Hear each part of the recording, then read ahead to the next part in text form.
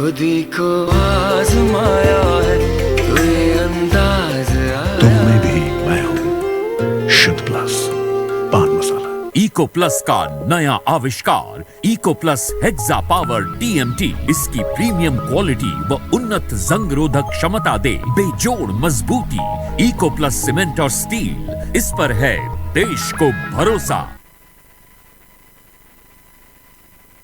सत्यम गौर bulletin की शुरुआत करेंगे अहम खबर के साथ। सबसे पहले बात करेंगे ग्वालियर की। आपको बताते चले कि ग्वालियर में राज्यपाल मंगूबाई पटेल ने कहा है कि जीवन को लयबद्ध और संस्कृति बनाने के लिए कलाएं बहुत जरूरी हैं। राष्ट्र और समाज के निर्माण में कलाओं की महत्वपूर्ण भूमिका होती है और खुशी की बात यह है कि राजा मान सिंह तोमर संगीत एवं कला विश्वविद्यालय संगीत व कलाओं की जीवन परंपराओं को बाखूबी ढंग से आगे बढ़ा रहा है। वहीं राजा मान सिंह तोमर संगीत एवं कला विश्वविद्यालय ग्वालियर के पंचम दीक्षांत समारोह में अपने अध्यक्षीय उद्बोधन में उन्होंने राज्यपाल पटेल ने कहा है कि विश्वविद्यालय बालिकाएं की शिक्षा दीक्षा में कलाओं को शामिल करने की पहल कर आंगनबाड़ी और प्राथमिक स्कूलों का मार्गदर्शन करें। दीक्षांत समारोह को बतौर मुख्य अतिथि संबोधित करते हुए केंद्रीय मंत्री नरेंद्र सिंह तोमर ने कहा है कि संगीत एवं कलाओं को बढ़ावा देने के लिए राजस्व जरूरी है और इसके साथ ही उन्होंने कहा है कि केंद्र एवं राज्य सरकार यह काम पूरी शिद्दत के साथ कर रही हैं। मंगलवार को यहां जीवाजी विश्वविद्यालय के इंटरनेशनल अटल कॉन्क्लेशन सेंटर में आयोजित हुए दीक्षांत समारोह में प्रदेश की पर्यटन संस्कृति एवं अध्यात्म मंत्री उषा ठाकुर बतौर विशिष्ट अतिथि के रूप में शामिल हुई। खबर पर ज्यादा जानकारी के साथ हमारे संवाददाता वाजिद अली हमारे साथ जुड़ गए हैं। वाजिद, यहां पर राज्यपाल ने कई चीजों को लेकर प्राथमिकता दी है, उन्होंने कलाओं को लेकर भी प्राथमिकता दी है। क्या कुछ इस कार्यक्रम में समारोह रहा और इस समारोह में कौन कौन लोग शामिल रहे?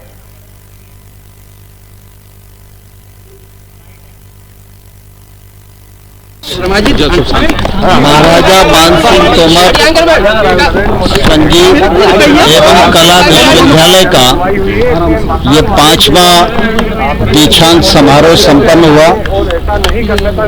इस अवसर पर मैं सभी विद्यार्थियों को और विश्वविद्यालय परिवार के सभी आचार्यगणों को अपनी ओर से बहुत बहुत बधाई देता हूँ, बहुत बहुत शुभकामनाएं देता हूं। हम सबके लिए गौरव की बात है कि ग्वालियर में संगीत एवं कला विश्वविद्यालय है। यह निरंतर प्रगति की ओर। इंदौर के गांधीनगर के सुपर कॉरिडोर दिलीप गांव के पास एक बड़ा हादसा हुआ है। किड्स कॉलेज की बस एक एक्टिवा के बीच जोरदार टक्कर हो गई है। हादसे में एक्टिवा सवार 3 लोगों की मौके पर ही मौत हो गई है, जिसमें 2 पुरुष और 1 महिला शामिल है। वहीं आपको बताते चले कि किड्स कॉलेज की बस में करीब 35 बच्चे सवार थे, जिसमें से 15 से ज़्यादा बच्चों की घायल होने की खबर सामने निकल कर आई है। दरअसल पूरी घटना दोपहर की बताई जा रही है, जहां तेज गति से आ रही किड्स कॉलेज की बस ने एक्टिवा सवार 3 लोगों को जोरदार टक्कर मार दी। घटना इतनी दर्दनाक थी, एक्टिवा के परखच्चे उड़ गए। वहीं एक्टिवा सवार 3 लोग इस पूरे हादसे में उनकी मौत हो गई है, जिन्हें आपको बताते चले कि पुलिस सूचना पर पहुंची। पुलिस पूरे मामले की जाँच पड़ताल कर रही है। खबर पर ज्यादा जानकारी के साथ हमारे संवाददाता वाजिद अली हमारे साथ जुड़ गए हैं। वाजिद अली, एक बड़ी घटना हुई है जिसमें इस हादसे में 3 लोगों की मौत हो गई, क्या कुछ पूरा मामला है? जी बिल्कुल, मैं बताना चाहूंगा। यह मामला इंदौर के गांधीनगर के सुपर कॉरिडोर का है, जहां स्कूल बस और एक्टिवा की आमने सामने जोरदार भिड़ंत हो गई थी और जिससे एक्टिवा सवार 3 लोगों की मौत हो गई और वहीं 2 पुरुष व 1 महिला शामिल है। और वहीं किड्स कॉलेज की बस जिसमें तकरीबन 33 बच्चे सवार थे, जिसमें 15 से अधिक बच्चे घायल हुए। ये जो पूरी घटना है ये तेज गति से आ रही किड्स कॉलेज की बस से एक्टिवा सवार 3 लोगों को चपेट में ले लिया और वहां पर जो घटनास्थल पर मौजूद लोगों ने बताया कि बहुत तीव्र गति से बस चालक चला के ला रहा था जिस वजह से ये एक्सीडेंट हुआ है। और किड्स कॉलेज की बस का ड्राइवर मौके से फरार हो गया है। फिलहाल पुलिस ने मार्ग कायम कर लिया है और बस को कब्जे में ले लिया है। वाजिद, इस पूरे मामले में ये भी बताया जा रहा है कि जो बच्चे बस में सवार थे वो भी घायल बताए जा रहे हैं, उनकी अभी स्थिति क्या कुछ? जी बिल्कुल, मैं आपको बताना चाहूंगा, इसमें 33 बच्चे सवार थे और करीब 15 से अधिक बच्चे इसमें घायल हुए हैं और उनके परिजनों को सूचना दे दी थी तत्काल और मौके से बस को भी बरामद कर लिया। जी वाजिद, इसके साथ ही पुलिस की तरफ से क्या कुछ कार्रवाई देखने को मिली है? क्या बस ड्राइवर को गिरफ्तार किया गया है अभी तक? जी, बस ड्राइवर भाग गया था मौके से। अभी पुलिस ने उसकी आधिकारिक पुष्टि नहीं की है, लेकिन प्राप्त जानकारी के अनुसार पुलिस ने उसको गिरफ्तार कर लिया है और मार्ग कायम कर लिया है। बस को भी कब्जे में ले लिया और जो मृतक लोग हैं जो एक्टिवा पर सवार थे उनके परिजनों तक भी सूचना पहुंचाई जा रही है। वाजिद, आप हमारे साथ बने रहिए, आगे भी खबर पर आपसे अपडेट लेंगे।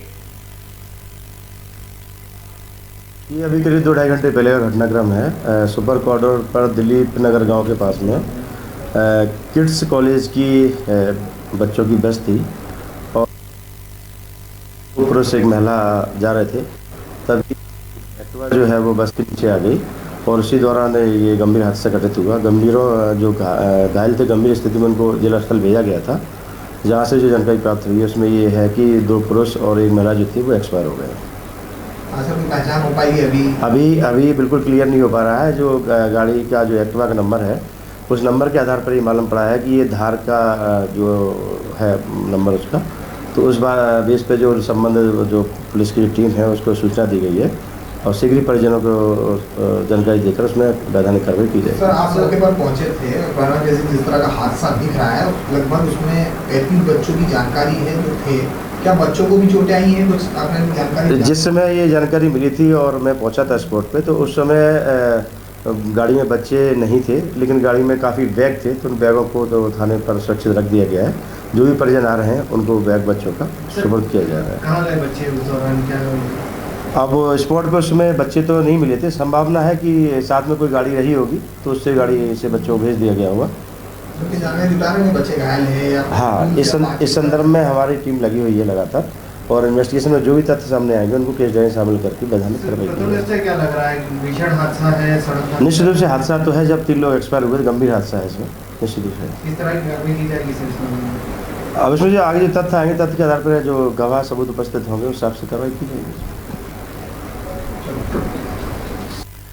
और प्रधानमंत्री नरेंद्र मोदी की विचारधारा से प्रेरित एक व्यक्ति मंगलवार को पुलिस जनसुनवाई में पहुंचा और मकान मालिक पर प्रधानमंत्री की फोटो घर से हटाने और ऐसा नहीं करने पर घर खाली करने की धमकी देने का आरोप उसने लगाया है।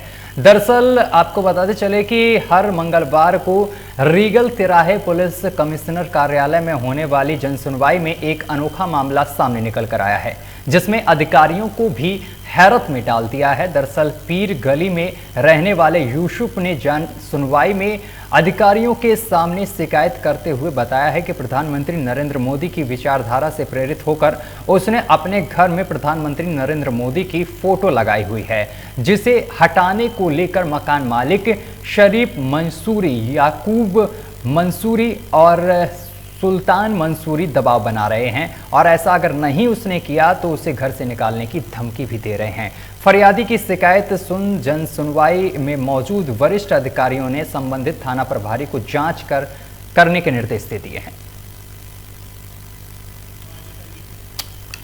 तो वाजिद हमारे संवाददाता लगातार हमारे साथ बने हुए हैं। वाजिद, एक अजीबोगरीब मामला सामने निकल कर आया है। एक युवक किराए के मकान में रहता है और वहां पर प्रधानमंत्री नरेंद्र मोदी की फोटो रखता है, लेकिन उसके मकान मालिक को इससे ऐतराज है। क्या कुछ पूरा मामला है? जी सत्यम, बिल्कुल मैं आपको बताना चाहूंगा, इंदौर शहर में कमिश्नरी प्रणाली लागू होने के बाद जन सुनवाई लगातार होती है, जो प्रत्येक सप्ताह जन सुनवाई होती है। और इस जन सुनवाई में एक अनोखा मामला देखने में आया, जिसमें एक पीड़ित ने वहां पर शिकायत की है कि उन्होंने देश के प्रधानमंत्री नरेंद्र मोदी की विचारधारा से प्रेरित होकर उनका एक बड़ा फोटो अपने मकान में लगा रखा था, जो किराए का मकान था। लेकिन मकान मालिक ने जब ये देखा कि उसने पीएम मोदी की फोटो घर में लगाने रखी है, तो उन्होंने उसे हटाने का कहा और नहीं हटाने पर उसे घर खाली करने की धमकी दी। मामले जब ये पूरे मामला वरिष्ठ अधिकारियों को पता चला तो उन्होंने इसके जांच के निर्देश दिए हैं और इसमें जांच करके और मकान मालिक के ऊपर फरियादी की शिकायत के बाद उसके ऊपर एफआईआर दर्ज करने का भी अधिकारियों ने कहा है। जी वाजिद, इसके साथ ही अगर पुलिस के उच्च अधिकारियों का इस पूरे मामले को लेकर क्या कुछ कहना है? जी बिल्कुल, मैं आपको बताना चाहूंगा कि ये पूरा मामला दरअसल पीर गली में रहने वाले यूसुफ ने जनसुनवाई में अधिकारियों के सामने शिकायत की थी, तो उन्होंने जो शिकायत पूरा सुनने के बाद इसकी जांच की है और अधिकारियों का कहना है कि इसका जांच करने के बाद ही फरियादी की शिकायत पर कार्रवाई की जाएगी और जांच के बाद संबंधित जो भी मकान मालिक है उस पर कार्रवाई की जाएगी। चलिए वाजिद, बहुत बहुत शुक्रिया आपका तमाम जानकारी साझा करने के लिए। आज जनसुनवाई में रीगल चौराहा स्थित जो पुलिस आयुक्त कार्यालय है इसमें एक मामला आया था जिसमें एक युवक का कहना था कि उसने माननीय प्रधानमंत्री जी का फोटो अपने घर में लगा रखा है और उसके कारण उसके मकान मालिक उसको परेशान कर रहे हैं। तो ये तो अभिव्यक्ति की स्वतंत्रता का अधिकार है उसका और इसमें पुलिस आवश्यक कार्यवाही सुनिश्चित करेगी। कहाँ का मामला है? पीर गली? ये पीर गली थाना सदर बाजार क्षेत्र के अंतर्गत का मामला है। और मैं कई दशक से पीर गली 67-68 पीर गली के मकान में रहता हूँ। वहाँ मकान मालिक शरीफ मंसूरी, याकूब मंसूरी और सुल्तान मंसूरी द्वारा मुझे इस बात को लेकर प्रताड़ित किया जा रहा है कि आपने घर में नरेंद्र मोदी की तस्वीर क्यों लगा रखी है। नरेंद्र मोदी की तस्वीर हटा दो, नहीं तो गिर मारा काटी करूँगा और आपको यहाँ से सामान फेंक के भगा दूँगा। रमज़ान का महीना आ रहा है, यहाँ तस्वीर रहना ठीक नहीं है। चलिए वक्त हो चला है एक छोटे से ब्रेक का। ब्रेक के उस पार खबरों का सिलसिला लगातार जारी रहेगा।